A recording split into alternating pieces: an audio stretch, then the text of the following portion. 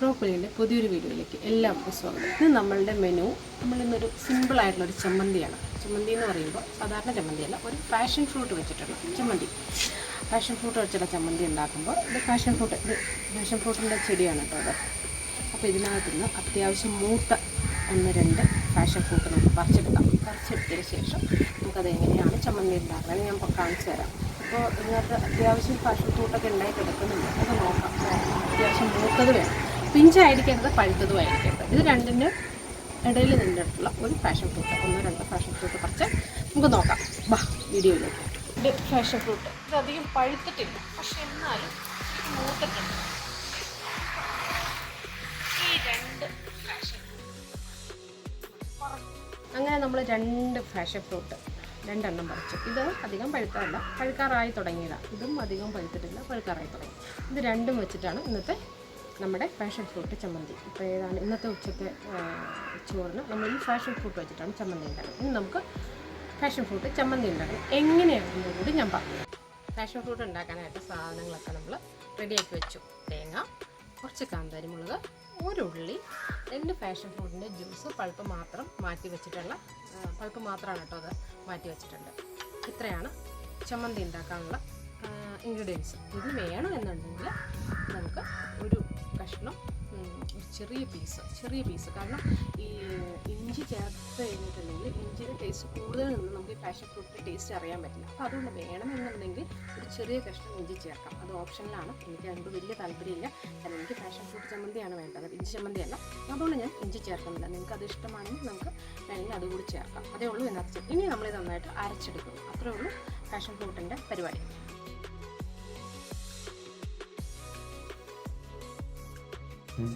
അപ്പോൾ നമ്മൾ അരയ്ക്കാനുള്ള പരിപാടിയാണ് അടുത്തത്. നമ്മൾ ആദ്യം ഞാൻ മിക്കവാറും കൊത്തിയാണ് തേങ്ങ ഇടാറ്. കൊത്തി വെച്ച തേങ്ങ ഒരു അരമുറി, ചെറിയ തേങ്ങയായിരുന്നു, അരമുറി തേങ്ങ എടുത്തിട്ടുണ്ട്. അത് ജാറിലേക്ക് ഇടുന്നു. ജാറിലേക്ക് ഇട്ടതിന് ശേഷം ഉള്ളി ഇട്ടു, അതിനുശേഷം മുളകിട്ടു.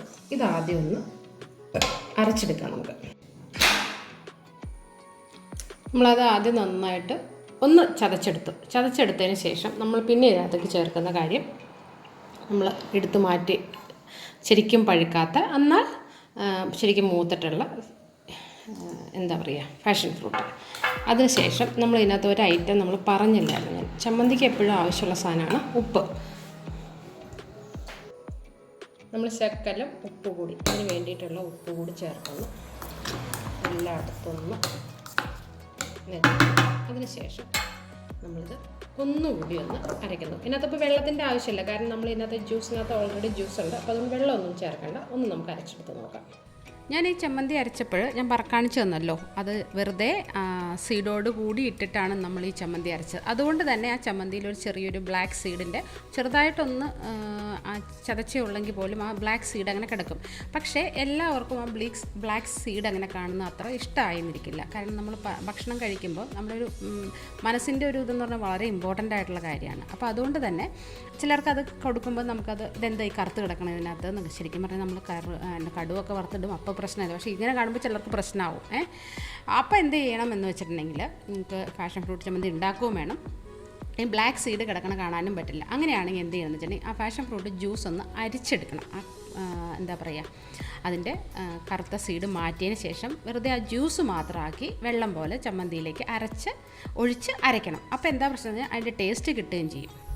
അപ്പോൾ നമ്മുടെ പാഷൻ ഫ്രൂട്ട് ചമ്മന്തി നമ്മൾ റെഡിയാക്കി. നമ്മൾ അരയ്ക്കുമ്പോൾ ശ്രദ്ധിക്കുക, അത് ഒരുപാട് ആ പാഷൻ ഫ്രൂട്ടിൻ്റെ പൾപ്പിട്ടതിന് ശേഷം ഒരുപാട് കറക്കരുത്. ജസ്റ്റ് ഒന്ന് റിവേഴ്സിൽ ചെയ്താൽ മാത്രം മതി. കാരണം എന്താ വെച്ചിട്ടുണ്ടെങ്കിൽ ഇതിനകത്ത് ഒരുപാട് കറുത്ത കുരുക്കൾ അരഞ്ഞു കഴിയുമ്പോൾ അതിനൊരു ഭംഗി ഉണ്ടാവില്ല, ടേസ്റ്റ് ഉണ്ടാവില്ല എന്നുള്ള ഒരു ലുക്ക് ഉണ്ടാവില്ല. അപ്പോൾ അതുകൊണ്ട് അത് മാത്രം ഒന്ന് ശ്രദ്ധിച്ചാൽ മതി. ഇത്രയും 3 ഇൻഗ്രീഡിയൻസ്, ഒരു തേങ്ങ, മുളക്, ഉള്ളി, പാഷൻ ഫ്രൂട്ട്, ഇത്രയും കൂട്ടിയിട്ടാണ് നമ്മൾ ഈ ചമ്മന്തി ഉണ്ടാക്കുകയാണ്. ഇതിനകത്ത് മധുരമുണ്ട്, ഉപ്പുണ്ട്, പുളിയുണ്ട്, എല്ലാം ഉണ്ട്.